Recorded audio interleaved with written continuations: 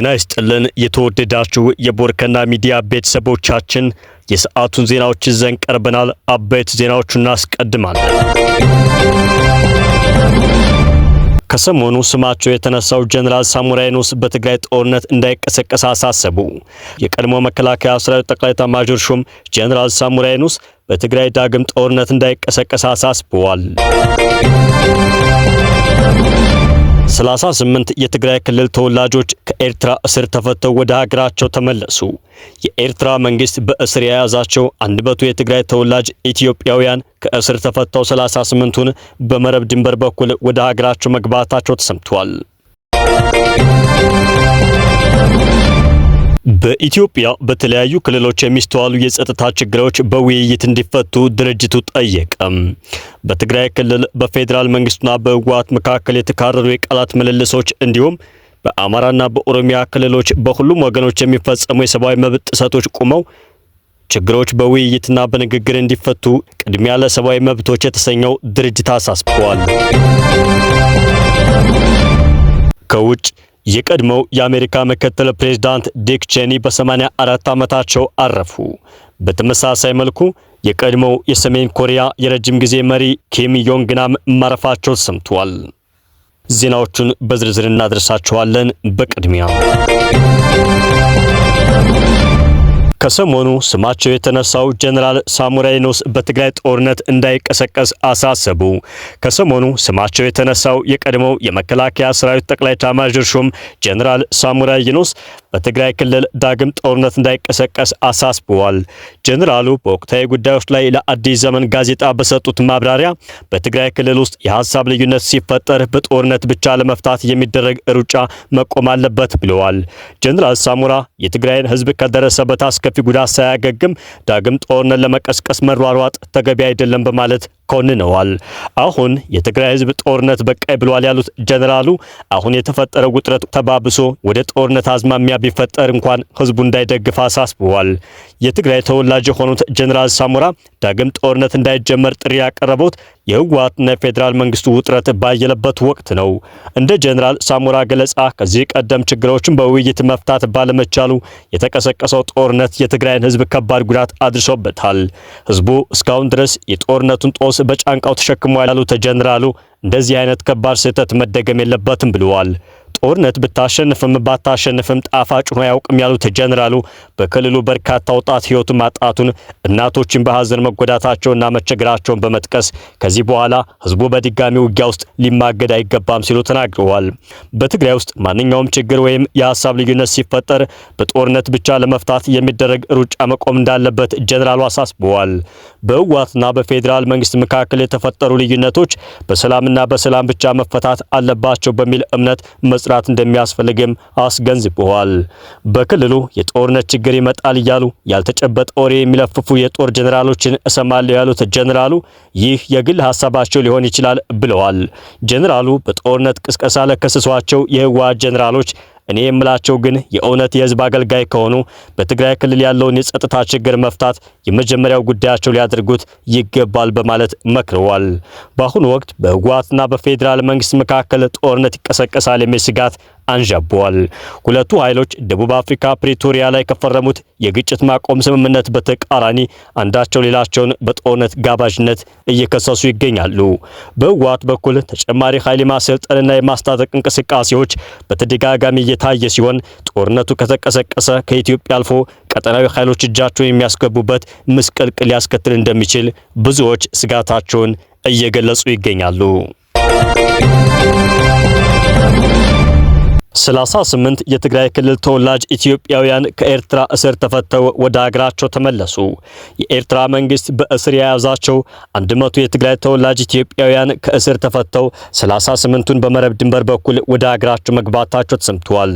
በኤርትራ መንግስት በእስር ላይ የነበሩት 100 የትግራይ ተወላጆች ኢትዮጵያውያን ተፈተው 38 ወደ ሀገራቸው መግባታቸውን ቢቢሲ ትግርኛ ዘግቧል። ከእስር ከተፈቱት ኢትዮጵያውያን መካከል 38ቱ የኢትዮ ኤርትራን ድንበር አቋርጠው ትግራይ ክልል መግባታቸው ተገልጿል። ከእስር የተፈቱ ወገኖች በመረብ ድንበር በኩል ወደ ትግራይ መግባታቸውን የራማ ከተማ ከንቲባ አብርሃሌም ግርማ አረጋግጠዋል። በእስር ላይ የነበሩት የትግራይ ተወላጆች በኤርትራ መንግስት ተሸኝተው ወደ ኢትዮጵያ የገቡት ትላንት ጥቅምት 24 2018 ዓ.ም ነው ተብሏል። የኤርትራ መንግስት ከእስር የለቀቃቸው የትግራይ ተወላጆች ኢትዮጵያውያን 100 ቢሆንም 62ቱ እዚያው አስመራ መቅረታቸውን ዘገባው አመላክቷል። አብዛኛዎቹ የትግራይ ተወላጆች ከእስር ከተፈቱ በኋላ እዚያው የቀሩት የኤርትራ መንግስት በሰጣቸው እድል ነው ተብሏል። የኤርትራ መንግስት የትግራይ ተወላጆች የሆኑትን ኢትዮጵያውያን ከእስር ከፈታ በኋላ ወደ ሀገራቸው የመመለስ ወይም በዚያ የመቆየት ምርጫ ሰጥቷቸዋል ተብሏል። የፕሬዝዳንት ኢሳያስ አፈወርቂ አስተዳደር ሰጥቷቸዋል በተባለ እድል አብዛኛዎቹ በኤርትራ የተዛመዱና የተዋለዱ እዛው መቅረትን መርጠዋል ተብሏል። በኤርትራ መቆየት መርጠዋል ከተባሉ 62 የትግራይ ተወላጅ ኢትዮጵያውያን መካከል በአስመራ ተወልደው ያደጉ ይገኙበታል ነው የተባለው። ከእስር የተፈቱት ሰዎች የኤርትራ መንግስት ከኢትዮጵያ መንግስት ጎን በተሰለፈበት በሁለት ዓመቱ የሰሜኑ የህወሓትና የፌዴራል መንግስት ጦርነት ወቅት መሆኑ ተገልጿል። የኤርትራ መንግስት በወቅቱ ከማህበረሰቡ ጋር ተቀላቅለው በአስመራ የሚኖሩ የትግራይ ተወላጆችን በጅምላ ማሰሩ ሲነገር ነበር። እስረኞቹ የተፈቱት ጦርነቱ ከቆመ ከ3 ዓመታት በኋላ የአስተላለፍ ለውጦች ተስተውለው ህወሓትና የኤርትራ መንግስት ጽምዶ የተሰኘ ጥምረት በፈጠሩበት ወቅት ነው። 100 እስረኞች መፈታታቸውን ያረጋገጡት የራማ ከተማ ከንቲባ አብርሃሌ ኤርትራ መኖር የመረጡት በፈቃዳቸው እዛው ቀርተዋል። የኤርትራ መንግስት ሁለት ምርጫ እንደሰጣቸው ከ5 ዓመት እስር በኋላ ከተፈቱት መካከል አንዱ የሆኑት በየነ ገብረ ኪዳን ለቢቢሲ ትግርኛ ተናግረዋል። ከእስር ስንፈታ ፍላጎታችንን እንድንመርጥ ተነገረን የሚለው በየነ ወደ ኢትዮጵያ ተመልሶ በትውልድ አካባቢው ትግራይ መርጦ መመለሱን ገልጸዋል። ከእስር የተፈቱ ሰዎች ብዛት 100 መሆኑን የጠቆመው በየነ በኤርትራ መኖር የመረጡት እዛው ቀርተዋል ብለዋል። የእስረኞች መፈታት ህወሓትና ኤርትራ በአክቲቪስቶቻቸው በኩል በጀመሩት ጽምዶ ወይም ጥምረት ግንኙነት መሆኑን ዘገባው አመላክቷል። የወዳጅነትና ባላንጣነት ታሪክ ያላቸው የህወሓትና ኤርትራ ባለስልጣናት የፈጠሩት ግንኙነት የኢትዮ ኤርትራን ድንበር በተናጠል ከፍቶ እስከ መቆጣጠር ዘልቋል። የኢትዮጵያ መንግስት ተሳትፎ በሌለበት ሁኔታ ድንበር ከተከፈተ በኋላ የህዝብ ለህዝብ ነው የተባለው ግንኙነት በስፋት ይታያል። ከወራት በፊት በተመሳሳይ ሁኔታ በኤርትራ ታስሮ የነበሩ የትግራይ ተወላጆች እንዳሁኑ ምርጫ ሳይሰጣቸው በባድመ ራማና ዛላምበሳ ድንበር በኩል ወደ ትግራይ ኢትዮጵያ መግባታቸው ይታወሳል። በኢትዮጵያ በተለያዩ ክልሎች የሚስተዋሉ የጸጥታ ችግሮች በውይይት እንዲፈቱ ድርጅቱ ጠየቀ። በትግራይ ክልል በፌዴራል መንግስቱና በህወሓት መካከል የተካረሩ የቃላት ምልልሶች እንዲሁም በአማራና ኦሮሚያ ክልሎች በሁሉም ወገኖች የሚፈጸሙ የሰብአዊ መብት ጥሰቶች ቆመው ችግሮች በውይይትና በንግግር እንዲፈቱ ቅድሚያ ለሰብአዊ መብቶች የተሰኘው ድርጅት አሳስቧል። የመብት ተሟጋች ድርጅቱ ይህን ያለው ትናንት ጥቅምት 24 ቀን 2018 ዓ.ም ባወጣውና ለቦርከና በላከው መግለጫ ሲሆን ሚዲያዎች፣ የሲቪል ማህበራት፣ የሃይማኖት ተቋማት፣ ልሂቃንና የተለያዩ የህብረተሰብ ክፍሎች ጦርነት እንዲቆም እንዲጠይቁ ጥሪ አቅርበዋል። ህብረተሰቡ ለእርስ በርስ ጦርነት ህይወቱን፣ ጉልበቱን እና ገንዘቡን አልሰጥም በማለት ከከለከለ ጦርነት ፈጣሪዎች ለጦርነት አቅም አይኖራቸውም ብሎ የሚያምነው የመብት ተሟጋች ድርጅቱ በዚህም ሰላም ማምጣት እንደሚቻል አስገንዝበዋል። በመንግስትና በህወሓት መካከል የተካረረው የቃላት ምልልስ ዳግም የሰብአዊ መብት ጥሰት እንዳይፈጸም ከፍተኛ ስጋት እንዳደረበትም ገልጸዋል። በተያያዘም በትግራይ ክልል በተለያዩ ቦታዎች የሚገኙ ከ1 ሚሊዮን በላይ ተፈናቃይ ዜጎች ወደ ቀያቸው አለመመለሳቸውን ድርጅቱ በመግለጫው ጠቅሷል። እንዲሁም ከኦሮሚያ ክልል በሰላም እጦት ተፈናቅለው በአማራ ክልል ደብረ ብርሃን ከተማና በሰሜን ወሎ ዞን ጊዜያዊ መጠለያዎች የሚገኙ ከ519 ሺህ በላይ ዜጎች በኦሮሚያ ክልል ውስጥ ተፈናቅለው የሚገኙ ከ84 ሺህ በላይ ዜጎች መኖራቸውን አስታውቋል። እነዚህ ተፈናቃዮች በቂ ምግብና ውሃ፣ መጠለያ እንዲሁም የጤና አገልግሎት ባለመሟላቱ በረሃብና አስከፊ በሆነ ሁኔታ ስለሚገኙ ለጉዳዩ በቂ ትኩረት እንዲሰጠው አሳስቧል። ኢትዮጵያ የፈረመችበት የሀገር ውስጥ ተፈናቃዮች ለመጠበቅና ለመደገፍ ጥቅምት 12 2002 ዓ.ም የጸደቀውን የአፍሪካ ህብረት የካምፓላ ስምምነት የፌዴራል ህዝብ ተወካዮች ምክር ቤት የካቲት 5 ቀን 2012 ዓ.ም እንዳጸደቀው ያስታወሰው ድርጅቱ በዚሁ መሰረት ተፈናቃዮችን ጭምር የመመለስ ድንጋጌዎች መከበር አለባቸው ብለዋል። በሌላ በኩል በጦርነት ወቅት የሰብአዊ መብት ጥሰት ያደረሱ የመንግስት ሰራዊትና የመደበኛ ታጣቂዎች ምርመራ እንዲደረግባቸው አሳስበዋል። ከውጭ የቀድሞው የአሜሪካ ምክትል ፕሬዝዳንት ዲክ ቼኒ በ84 ዓመታቸው አረፉ። ዲክ ቼኒ በ2003 አሜሪካ በኢራቅ ላይ ወረራ እንድትፈጽም ግንባር ቀደም ሚና ተጫውተዋል ተብሏል። ፕሬዝዳንት ዶናልድ ጄ ትራምፕም ከ3 ወር በፊት ቼኒን በዚህ ውሳኔያቸው ጥፋተኛ ሲሉ ጠርተዋቸዋል። ቼኒ በፕሬዝዳንት ጆርጅ ቡሽ ዘመን ለ2 ዙር ምክትል ፕሬዝዳንት ሆነው አገልግለዋል ተብሏል። ቼኒ በሳምባ ህመም ምክንያት ለወራት ታመው መቆየታቸውን ቤተሰቦቻቸው አስታውቀዋል። በፈረንጆች 2001 እስከ 2009 ባለው አስተዳደር ውስጥ በፕሬዝዳንት ጆርጅ ደብሊው ቡሽ አስተዳደር ስር ምክትል ፕሬዝዳንት ሆነው አገልግለዋል። እንደ አውሮፓውያን አቆጣጠር መስከረም 11 ቀን 2001 በአፍጋኒስታንና ኢራቅ ላይ ከደረሰው የአሸባሪዎች ጥቃት በኋላ የአሜሪካን ፖሊሲ በመቅረጽ በዋሽንግተን ውስጥ እጅግ ተጽዕኖ ፈጣሪ ከሆኑ ሰዎች አንዱ ነበሩ።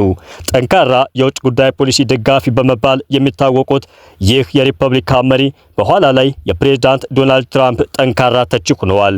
ቼኒ ለ4 አስርት ዓመታት በሚጠጋው የሥራ ዘመናቸው ውስጥ በዋሽንግተን ውስጥ ልዩ ልዩ ጠቃሚ ቦታዎችን ይዘው ነበር። በፕሬዝዳንት ጄራልድ ፎርድ ስር በጣም ወጣት የዋይት ሃውስ የሰራተኞች ዋና ኃላፊ ሆነዋል ተብሏል። በኋላም ከዋዮሚንግ ተወካይ ሆነው በኮንግረስ ያገለገሉ ሲሆን ከፕሬዝዳንት ሮናልድ ሬገን ጋር አብረው ሰርተዋልም ተብሏል። በፕሬዝዳንት ደብሊው ቡሽ ስር የመከላከያ ሚኒስትር ያገለገሉ ሲሆን በቡሽ ልጅ በፕሬዝዳንት ጆርጅ ደብሊው ቡሽ ስር ለ2 የሥራ ዘመን ምክትል ፕሬዝዳንት ሆነው አገልግለዋል። ከፖለቲካ ውጭ በቴክሳስ የሚገኘው የኃይል ኩባንያ ሃሊበርተን ዋና ስራ አስፈጻሚም ነበሩ። ስለ መስከረም 11 ጥቃት በኔ ዘመን በተሰኘው የህይወት ታሪካቸው ላይ ከፕሬዝዳንቱ ጋር በስልክ ስነጋገር ፔንታጎን ጥቃት እንደደረሰበት ነገርኳቸውና ወደ ዋሽንግተን እንዳይመለሱ መከርኳቸው። ከተማዋ በጥቃት ላይ ነበረችና ዋይት ሃውስ ከኢላማዎቹ አንዱ ነበር ሲሉ አስፍረዋል። በተያያዘ መረጃ የቀድሞው የሰሜን ኮሪያ የረጅም ጊዜ መሪ ዮንግናም አርፈዋል ተብሏል። የሰሜን ኮሪያ የቀድሞው የሀገር መሪና ለኪም ጆንግ ኡን ቤተሰብ ቅርብ አጋር የነበሩት ኪም ዮንግናም ማረፋቸው ተሰምቷል። ዮንግናም በ97 ዓመታቸው ነው ከዚህ ዓለም በሞት የተለዩት። ለሞታቸው ምክንያት የሆነው ደግሞ ከካንሰር ጋር በተያያዘ በተከሰተው ውስብስብ ችግር ምክንያት የበርካታ የአካል ክፍሎች ስራ መቋረጥ እንደሆነ ተነግሯል። አልጀዚራ ዛሬ ባወጣው ዘገባ የ97 ዓመቱ ፖለቲከኛ ሰኞ ዕለት ከካንሰር ጋር በተያያዙ ችግሮች ምክንያት ህይወታቸው አልፈዋል። የኮሪያ ማዕከላዊ ዜና አገልግሎት KCNA እንደዘገበው ከሆነ ጓድ ኪም ዮንግናም ለፓርቲያችንና ለሀገራችን ታሪክ አስተዋጽኦ ያደረጉ የድሮው ትውልድ አብዮተኛ ነበሩ። የክብር ህይወታቸውን በ97 ዓመታቸው አጠናቀዋል ብሏል። የዜና አገልግሎቱ በተጨማሪም የሰሜን ኮሪያው መሪ ኪም ጆንግ ኡን ማክሰኞ ጠዋት ወደ ኪም ዮንግናም አስክሬን በመሄድ ሀዘናቸውን ለመግለጽና አክብሮታቸውን ለመስጠት እንደጎበኙ ዘግበዋል። የቀብር ስነ ስርዓታቸው በሚቀጥለው ሐሙስ ይፈጸማል ተብሏል። ከሁለት አስርት ዓመታት በላይ የሰሜን ኮሪያን ፓርላማ የመሩት ኪም ዮንግናም ከፍተኛ ዲፕሎማትና ለኪም ቤተሰብ ቅርብ አባል ነበሩ ተብሏል። በጥልቅና ኃይለኛ ድምጽ የሚያቀርቧቸው የፕሮፓጋንዳ ንግግሮች የሚታወቁባቸው ናቸው። ብዙውን ጊዜ በኪም ጆንግ ኡንና በሟቹ አባታቸው ኪም ጆንግ ኢል ስም የውጭ እንግዶችን ሲቀበሉ ይስተዋሉ እንደነበርም ተገልጿል። አሁን ደግሞ ዕለታዊ የውጭ ምንዛሬ ተመንን ከኢትዮጵያ ንግድ ባንክ ባገኘነው መረጃ መሰረት ወደ እናንተ እናደርሳለን።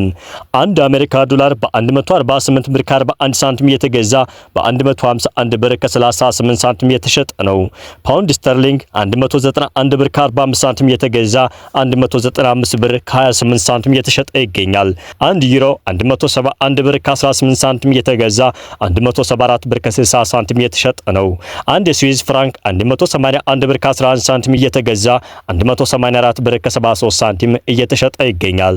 አንድ ኩዌት ዲናር 474 ብር ከ79 ሳንቲም እየተገዛ 484 ብር ከ28 ሳንቲም እየተሸጠ ነው። አንድ ቻይና ዩዋን 20 ብር ከ46 ሳንቲም እየተገዛ 20 ብር ከ87 ሳንቲም እየተሸጠ ይገኛል። አንድ የተባበሩት አረብ ኤምሬት ዲርሃም 40 ብር ከ40 ሳንቲም እየተገዛ 41 ብር ከ21 ሳንቲም እየተሸጠ ነው። አንድ ሳውዲ ሪያል ደግሞ 39 ብር ከ57 ሳንቲም እየተገዛ 40 ብር ከ36 ሳንቲም እየተሸጠ ይገኛል። ውድ ቤተሰቦቻችን ከቦርከና ሚዲያ ለሰዓቱ ያዝናቸው ዜናዎች በዚህ መልኩ ተጠናቀቁ።